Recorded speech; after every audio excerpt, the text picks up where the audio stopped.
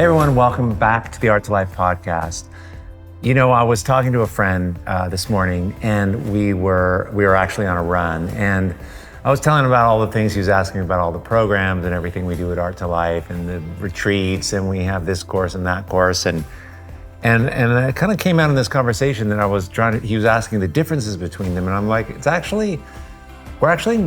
there's really one thing we're teaching, one thing we're really helping people with, the one big thing, and it's what I want to talk to you about today, because I think it's the biggest barrier to overcome.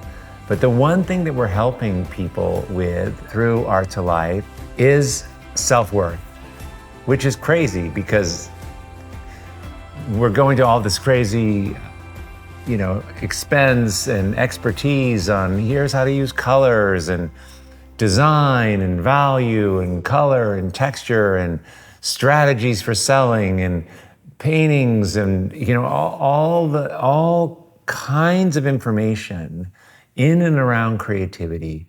But the biggest challenge we have as a learning institution, as a teaching institution, is helping people believe that they can do this, that they're eligible.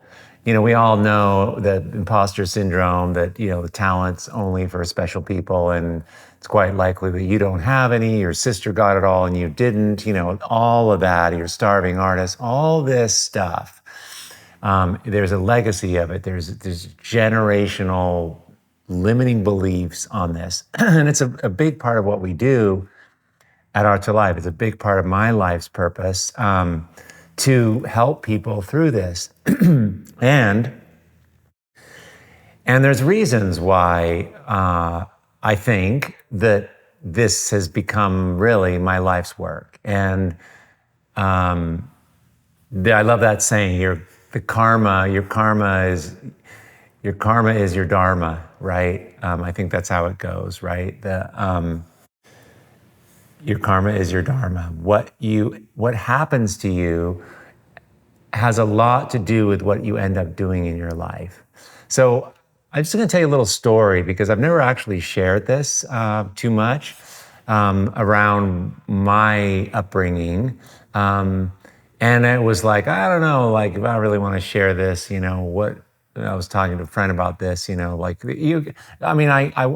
here's the criteria to use. And for those of you listening, if those of you guys teachers or whatever, telling stories and telling personal stories and things that maybe you don't really want to share, but if it can be useful, if it serves the people listening to move them along further, especially in the thing that we're trying to do, and I believe this background history does a little bit, you say it, you tell it. So I'm going to share it with you. This is a long time ago, but it was me growing up. And both my parents have passed. And I had a pretty great childhood and everything. Dad was an artist, but my parents came from England and pretty conservatively shut down, I would say, emotionally, not very communicative. But I figured out my mom was particularly challenging for me. And my mother had a thing called borderline personality disorder. And I know that probably a lot of you, I found out about it. I diagnosed it when I was about 14 years old. But this is a condition, and I'm just giving you my version of it, where a person's belief in themselves, their self-worth, is really contingent on immediately what is happening to them, how someone sees them. So for example, with my mother, if I said, oh, I love these cookies, she was very happy because she made them. If I said she didn't, she very well likely would walk out of the room and be gone for 4 days. So this was a theme that I grew up with. And it's super traumatic. So we all know as little kids, you're just trying to be loved and security and your whole universe, you're just trying to survive. And so, but my mother would leave a lot. She would take things personally. No one wasn't meant to be that way, but if things didn't look a certain way, she reacted very strongly and she would leave. She would go away. I mean, it would happen almost like every Christmas. So I took it upon myself to become very, very aware of her nervous system and kind of gaming it. So I developed like really amazing skills at feeling what was emotionally happening for her. And then I also, I would frame things a certain way. If I wouldn't say I didn't like the food, I would just say, you know, this isn't my favorite dish, but the one you make on Saturday is by far my favorite, but this one's good too. And I could, you know, so I started kind of going into these contortions to try to keep her even, because if she wasn't, she would go. So fast forward, I didn't even know this was a problem. I just grew up that way. And I became I developed skills in feeling other people's emotions. And it turns out this is a great skill to have when you're teaching retreats. If I'm working with a group of people, I can just feel someone's energy, right? And I'm not alone in this, but it's just something that I was able to do. So I can feel who the person is in the room, the 2 or 3 people who are not doing well. And I can go over and I can give energy over there and help them. And that's kind of the positive side of it. But the negative side of it, the part that was really destructive and something I've been unpacking my entire life, it had an impact on all my relationships. And is that if she left, if I didn't do a good job, like because her self-worth was so undermined, it impacted mine. And my greatest fear became, in a way, her greatest fear. That maybe, like, I'm afraid that I will be revealed as a sort of worthless kind of person. And I'm, you know, and that is the core wound that I walk around with. And, you know, and it's like, and I get up on stages and I help people and I'm confident in everything, but I relate to this worthlessness thing because I have a high degree of it. I am constantly reassuring myself, I want to do a really good job. I'll over deliver. I used to do these retreats and, you know, 10 people were coming and I'd get all the art materials and I'd lay them all out and I would just over deliver as my mother did. You know, meals were insane. We would have, you know, like 5 different cakes and always too much food. But it was so interesting. At Thanksgiving, she would do these elaborate meals, and there was so much pressure around the food because the food was a love language. But if you didn't eat it, she took it personally. So it didn't matter if you weren't hungry or not. You eat it, or you give it to the dog or whatever. But don't let her see it. She would do these amazing Thanksgivings, you know, but then she wouldn't even set herself a place at the table. It was like, Mom, you didn't even where are you sitting? She had no awareness of herself. It was all external, super unstable, hard way to go through life. And I'm happy to say that she resolved and we broke through to some amazing connection and love in the last 5 years of her life. She passed from cancer and I had just, you know, it was so healing. It was so good. So she learned a lot in the end, but I would say most of her life was spent with this monkey on her back, you know, that she feared that it would be found out that she actually wasn't worth anything. And if someone didn't like the cookies, that was the slippery slope towards, that's the first thing. So she was very defensive, as I have been in my life, right? You know, don't tell me, it's not about me, it's about you, you know, all the things. So the self-worth. And so what creates that? What does that do to you? What's possible if you can get rid of that? What if you believe in yourself? And that's what I ended up studying. And I'm good at helping people unpack that because I figured it out for myself, and it's an ongoing thing, but it's really, really, it is the most powerful barrier for people to their dreams, to their art, to all of it. So I kind of want to talk about it because it's what we're teaching. It's what I'm interested in teaching, because if you can get this, if you start to move towards the belief that you're worthy, everything changes. Everything changes. So where does this show up? It shows up right in the beginning of creativity. When you are going to express yourself, most people in the world, if you gave them a blank piece of paper and said, do something fun with these markers, it's terrifying because they don't believe they can do it, right? And given that information that everyone's worth it, everyone's creative, this is not common knowledge, even though it's true. So people don't want to show that, right? They don't want to express that. And when we make a thing, when we make a picture, a painting, we hold it up and it's a representation of us. That is super gnarly. Like, I know maybe some of you listening right now. And by the way, if you're not making art, dive into something. Let's make some art. I almost forgot. I'm going to keep going on what I'm making here. I got this really cool thing that I'm starting on right now. I'm sort of loving this, and I did this on the last episode, and I'm going to do this similar thing on this one. I'm just going to kind of keep going. We make art. And by the way, if you're making art and you're challenged by this and you're trying to do this, your soul knows already what you need to do in this lifetime to grow and evolve and to become the best version of yourself, to realize who you are.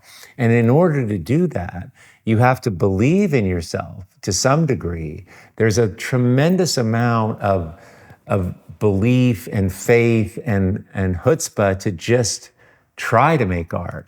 So very likely you're doing this art thing, your soul's having you do this thing because it's an area of growth for you, right? I believe, and I say this a lot, is that art making is the process of becoming yourself. And yes, we're going to make something, we'll get an artifact of that, we'll have a painting, but it is really the process of doing it where we learn. So regarding making something that is a representation of ourselves, right? That's scary. And many people, they don't want to they don't want to share this. They don't want to show this.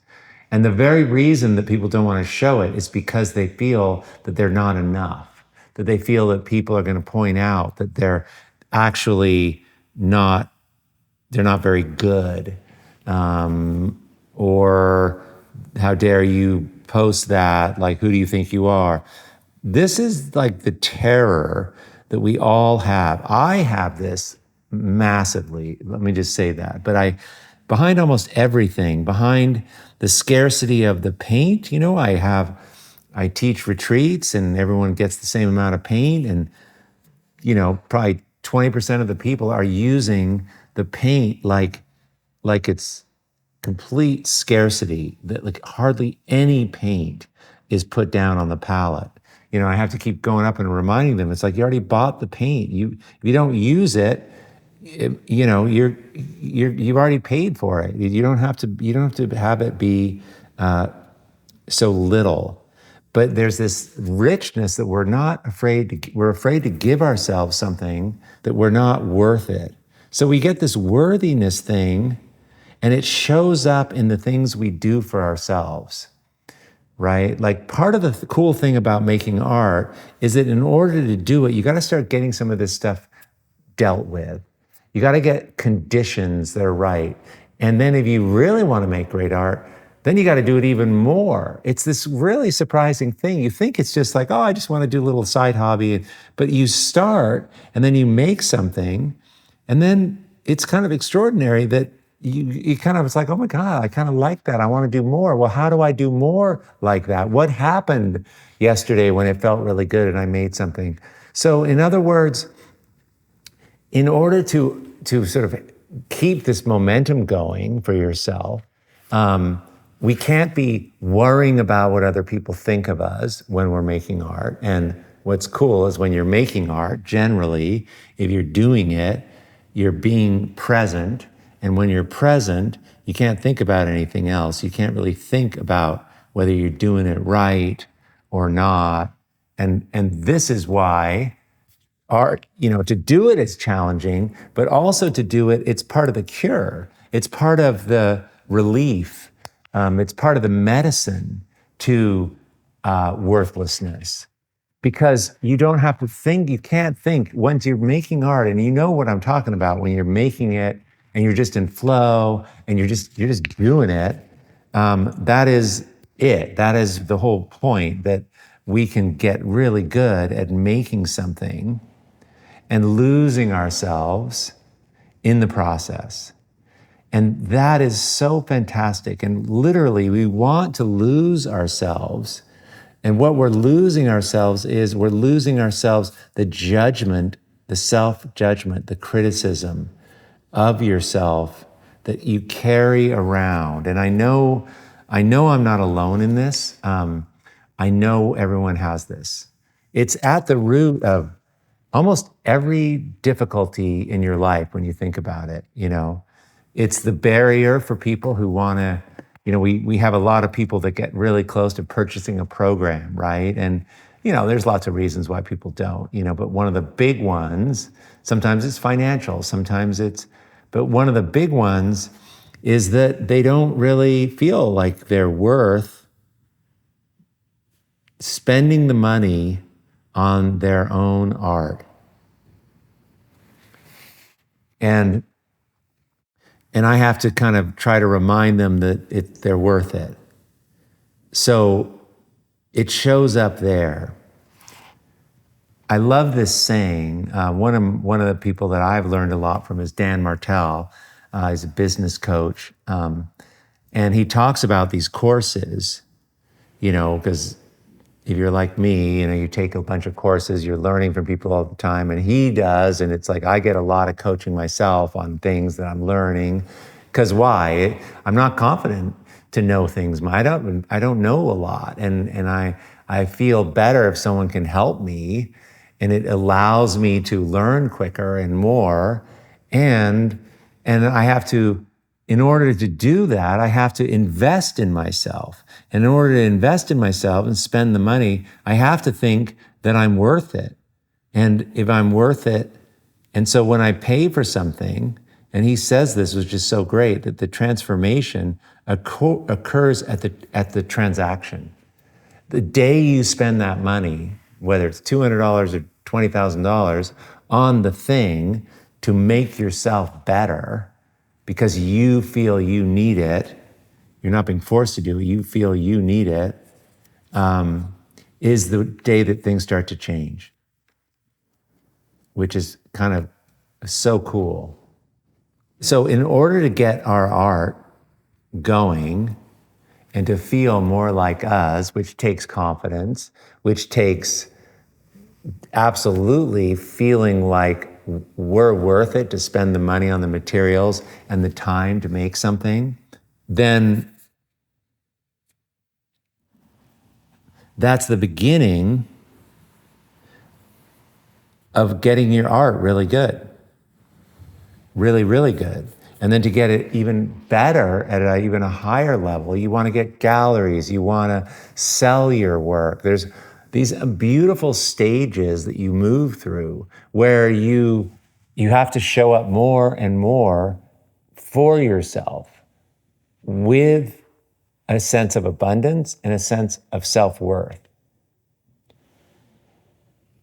And there's no limit to this, but in order to get the amazing gallery, You have to have had enough belief in yourself to put a post on Instagram.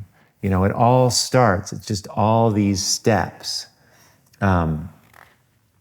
It shows up a lot, evidence of this challenge shows up a lot in pricing. So I want to talk about this because what are we doing? We're making something and then we're having to say, it's worth this. You have to say what which is your art, is worth. And so people don't sell their work. They don't want to price it.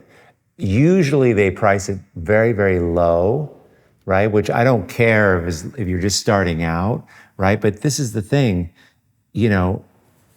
another Martell quote is, you will never get a penny more than you think you're worth. And it's all of this art thing, even though you got to learn color, you got to learn, it seems so external, it's all internal. The success of this thing is all internal. It's all understanding how to become more you and more like you and stand in that and express that and say that and show up in this way in order to do this art thing. That's why you're making art. I think that's the value of the art, regardless of whether you sell your work or any of that. That's what this game is. That's what's happening. And you see these people that are far along, Damien Hirst, and he's just like taking stuff, throwing stuff down. I mean, confidence, he's not short on confidence. And the difference between someone just doing what they want and the only thing missing has nothing to do with talent. It just has to do with worthness, your value. If you start valuing you, and especially your time, it starts a chain reaction that of analyzing what's going on in your life, where the energy is spilling out, and where you can pull parts in, and where you're giving away things for free, and when I say free, I mean giving things up that don't serve you. How do we have to start thinking of the habits and the ways we're being in order to move first ourselves into our future as a new person who has more self-worth. That's where we've got to go. And then the work changes and catches up with us. But the work doesn't happen like that. The work doesn't happen unless you change. Change doesn't happen unless you change. I love this because this stuff's sort of easier to learn and do than learning all the materials and spending all the money on that, that it's available right now, which I love. I love that it can be so accessible. So, belief in yourself, belief that you can do something.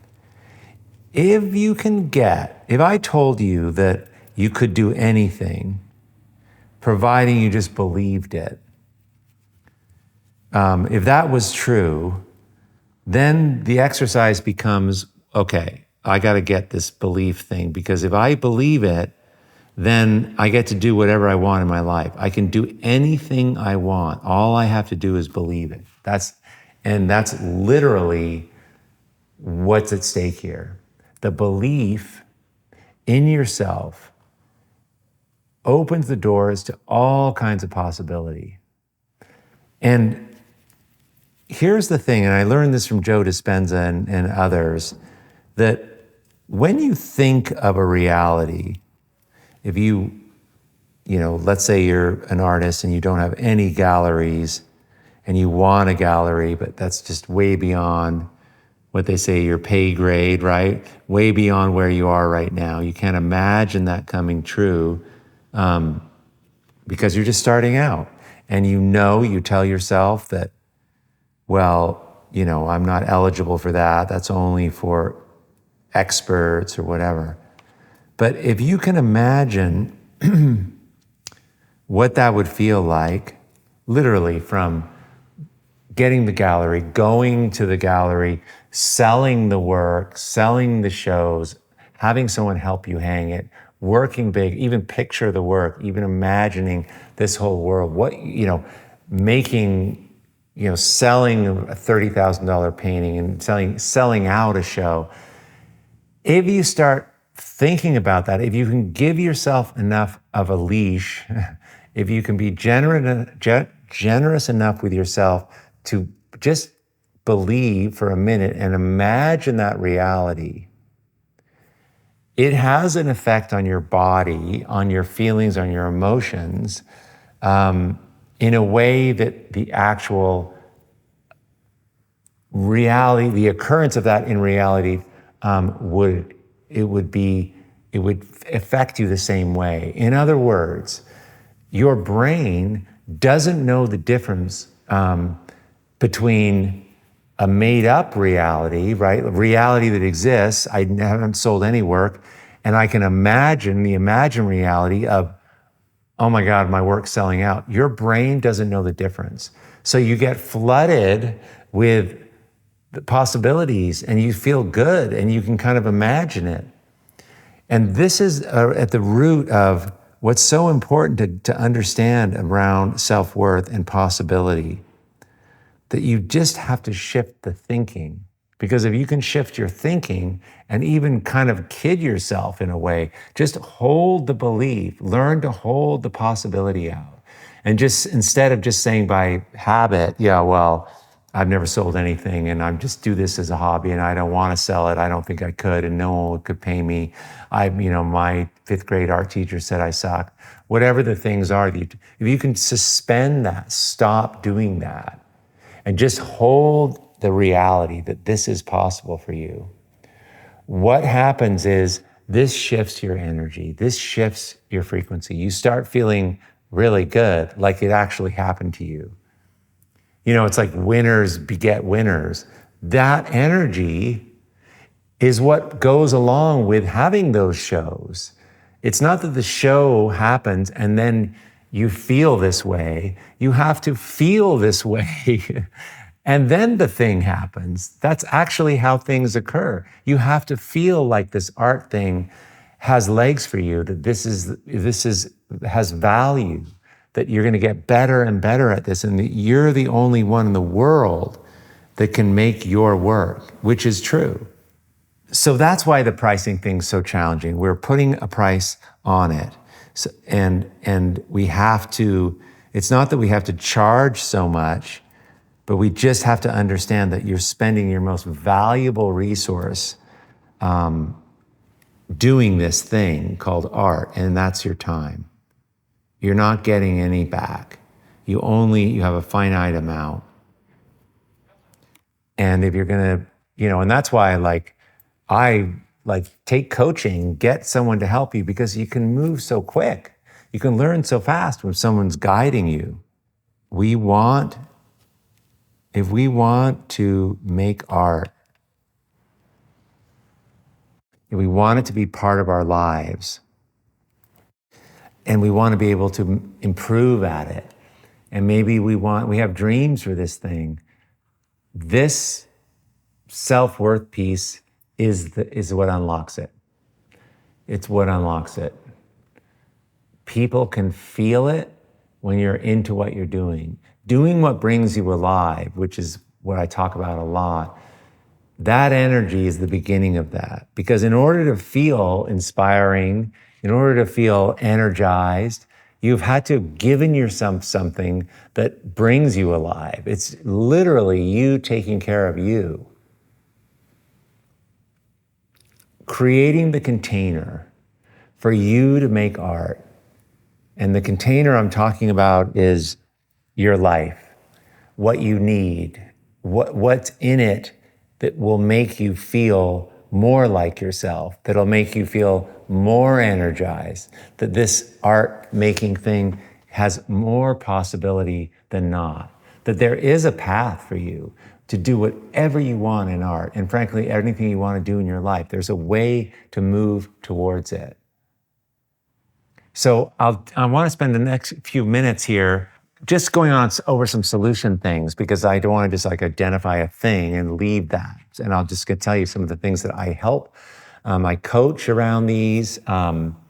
The self-worth piece keeps you in your head, and it keeps you thinking about externalities. And this is why it's very challenging. Meaning, if I make this right now and I'm thinking, oh God, what if I post this on Instagram? What are people going to say? And maybe that teacher, or maybe the person who doesn't think I can do this is going to see it, and they're going to say something. When we put a lot of our chips in the external field, we're very, very vulnerable. My mother, her whole life was run by just the flip remarks of people, literally. She would have a good day or a bad day. And I would have a mom or not based just on, it was just random. It was such an utter waste of time, and it was such a bummer. But those externalities will take you out at your knees. The reason being because you can't clearly see if you're not feeling yourself, right? So doing things that you have to accomplish or set up for yourself, you have to first feel yourself. What does Nick need in order to make his art? Well, I need the studio, and I like to be by a window. I mean, these little dumb decisions, they need to be made, and they need to be made in the loving best interest of yourself. So that right there is, I'm going to take care of myself. I'm going to set my life up. I'm going to start building the container. I'm going to fix my medicine cabinet shelf to feel better, instead of like when I open the door, all the stuff falls out. It's so annoying. Like, do something so when you look at things in your life, when you walk around, you experience things, it's just this like thumbs up. It's on brand, right? I talk about brand a lot, but I'm not talking about like the Nike brand, although that's related in business. I'm talking about the brand. What's a yes for you? All those things, everything from the socks you wear to the way you go to work, who's in your life, the colors you paint with, the things you choose, all of that's your brand. All of that gets to be revisited in the interest of building the momentum, of building the self-worth, because you need a certain kind of container. And if you have it, then you've created something that will make it almost inevitable that your work is going to start getting stronger and stronger and stronger, because there's a lot of life force that can be created just by yourself, the way you organize things. Being in the orientation of external as opposed to internal makes it impossible for you to see yourself clearly. So what do? You rely on the opinion of others. I mean, I remember like yesterday working away, and I just didn't have a lot of confidence, and I'd get really depressed, and I'm trying to make these paintings, and I would literally call the gallery and go, listen, I just checking. Did anyone come in and sell any? I just wasn't sure. Have we sold anything lately? I know, it's just like, please send me a sign from God that I am worth something. I mean, literally. And it's the worst feeling in the world to need that, to have that. And we all like confirmation. That's great. But it's sort of this sickly thing when it drives you that you can't get through without it. That objectivity, seeing yourself for who you really are and the valuable person you are, the worthy person for you, you will not recognize yourself if you are focused on everybody else. I love that idea that when you are in the jam jar, you can't see the label. You can't know who you are. You can't know what you stand for if you're just in response mode. So do you see how, like, how can you possibly create a thing? How can you possibly get momentum if this is just monkeys on you, you know? So, how do we move the needle in this thing? And I've gotten some little helpful things that I've used. The first meaning that you've got to be okay with taking small steps. Like you just, that's the only way here. It just little steps. Little steps work, you guys. If you want to sell your work, try posting and saying it's for sale. That is a small step towards doing that. Or get an Instagram account, or have a party and or talk about selling your work to a friend. It doesn't matter, but you've got to create the reality, the imagined reality even of the thing you desire for that to happen. You have to overcome yourself. This is what we're doing, you guys. We're all overcoming ourselves to become who we're here to become. And in order to manifest, in order to express something of wonder, of creativity that generates desire in people and moves people emotionally, we have to be on this and willing to step into it. It's always going to be a little challenging. We're going to have to overcome ourselves in order to free ourselves. The overcoming process is the becoming process. I love this idea that you can get wins. You just need little ones. It doesn't even matter. Once you realize all you need to do is just a little bit, you just do that a lot and you won't believe what happens. It's like the momentum is created from doing these small little steps. The confidence that I'm talking about here is built from taking small steps. Okay. Your identity is created by the repetition of doing things that are meaningful for you, that bring you alive, that matter to you.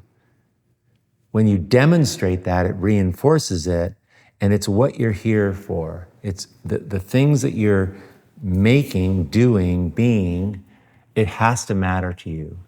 And if it matters to you, there's vulnerability because there's risk, because someone might not agree with you, right? So, but know that it's going to be kind of challenging. Mental rehearsal, and I talked about this, the brain doesn't know the difference between reality, whatever that is, and your imagined reality. Your past has nothing to do with the future, which most of us are thinking about our future in terms of our past, but it doesn't have anything to do with the past. That teacher that didn't like your work, this has nothing to do anymore with your work. It has nothing to do. It has nothing. Now, you might be carrying it around still. But the other thing that I've learned is that they've determined that 50% of memory, how we think of things, how we look back, 50% of the things that we're carrying around, the wounds of the things, all the stuff that we have create our present reality, we're looking behind us, and then that ends up dictating our future. It creates a predictable future, that half the things we remember are not accurate. We don't remember them. We don't remember them as they are. So we're actually being run by a set of imaginary beliefs that aren't based in any facts anyway, most likely. And that was in the past anyhow. The past is done. So it's very important to kind of shift your thinking. That's the whole game here. Shift that frequency, that energy, so you are free and you can start creating a new reality and start imagining that reality. So the next thing is you want to write down this. You got to write down what is the reality that you're shooting for. Go for it. Write down the dream. Write down the 5 things. What do you want to happen this year?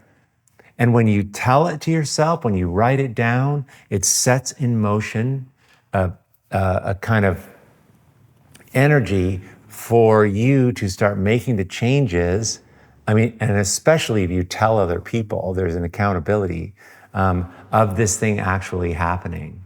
It's really, really powerful. That intention setting is so, so critical. It's really, really important. And it's a powerful hack to being able to change. The next little piece here is about getting in motion. The process of art making, as I coach it, as I teach it, is to resolve exactly what I'm talking about. That is the reason we do it. I think that's the reason people are called to do it. I think that's the reason they go into art. I think that's the reason why it's so hard. I think that's the reason why people stop making art, is because it's a reflection of you.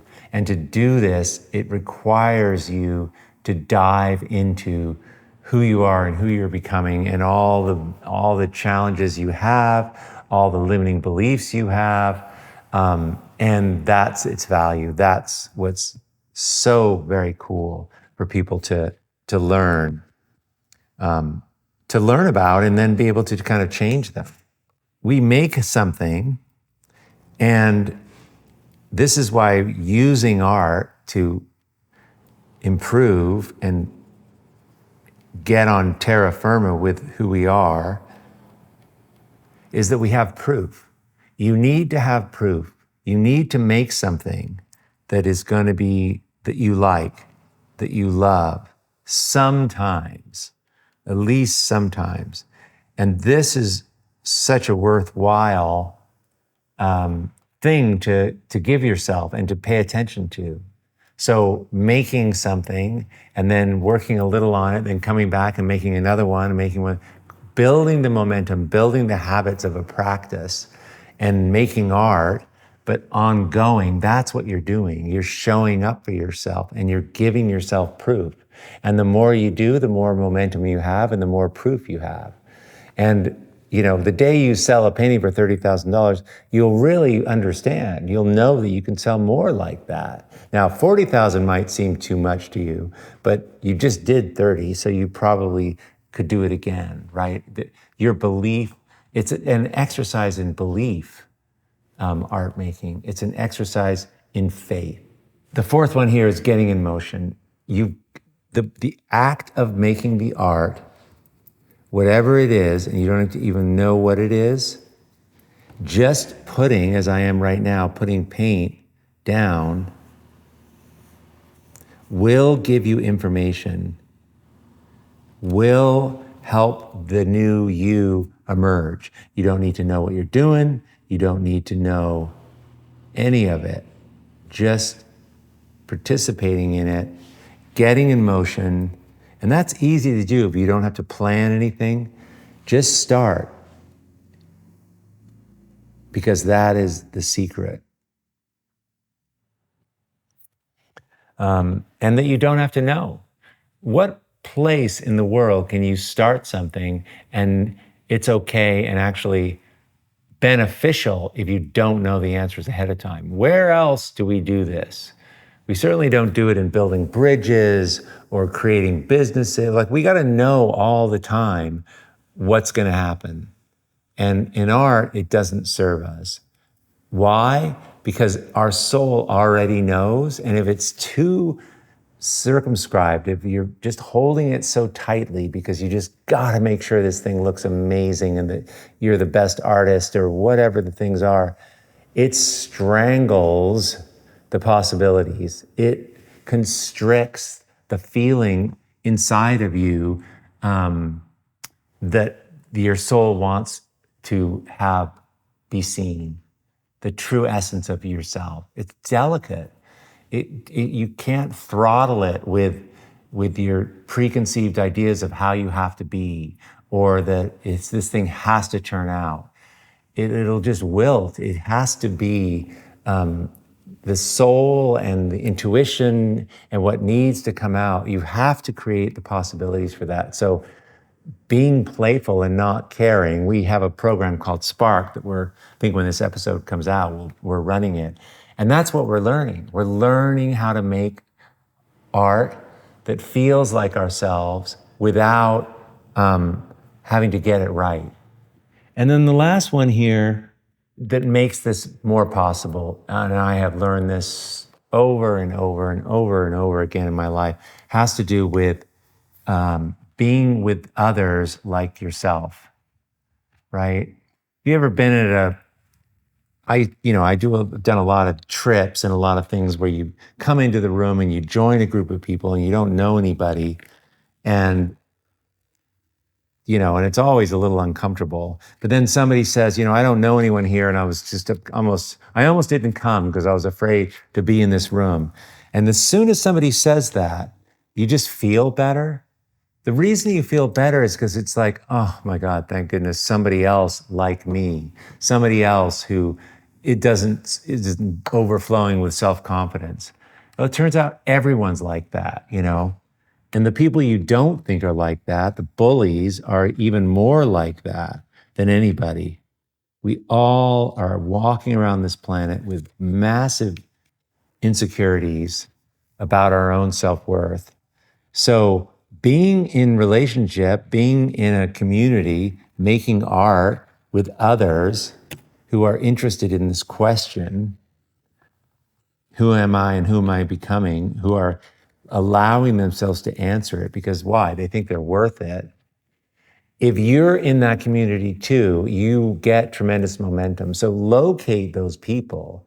And, maybe this podcast is a help, right? Like I might be one of those people for a while that can help.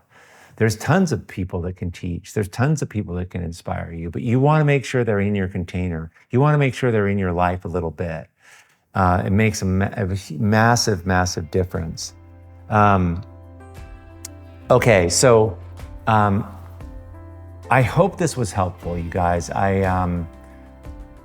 Sharing what's true for me and what has been hard in my life, that it still gets in my way. It's just an ongoing, we're just overcoming ourselves constantly. And art is such a beautiful, poetic, a generative, generous way to change ourselves and the world at the same time. So you guys, I super appreciate you being here, and love the fact that there's this community of creatives out there and that we're all on this path. It gives me so much momentum. So I want to thank you for that. If you could leave a review for this podcast, it makes a giant difference. It turns out that's what shifts the algorithms. And the more people that come, the better guests we get to have. So I would love you, because everyone wants to come because of the audience size. And this is, this podcast is growing now pretty quick, but it's because people are leaving reviews and comments. And I just really, really would appreciate it if you could do that. Or even better, tell a friend about this podcast and let them know about it. I would love that. All right, you guys, thanks so much for being here.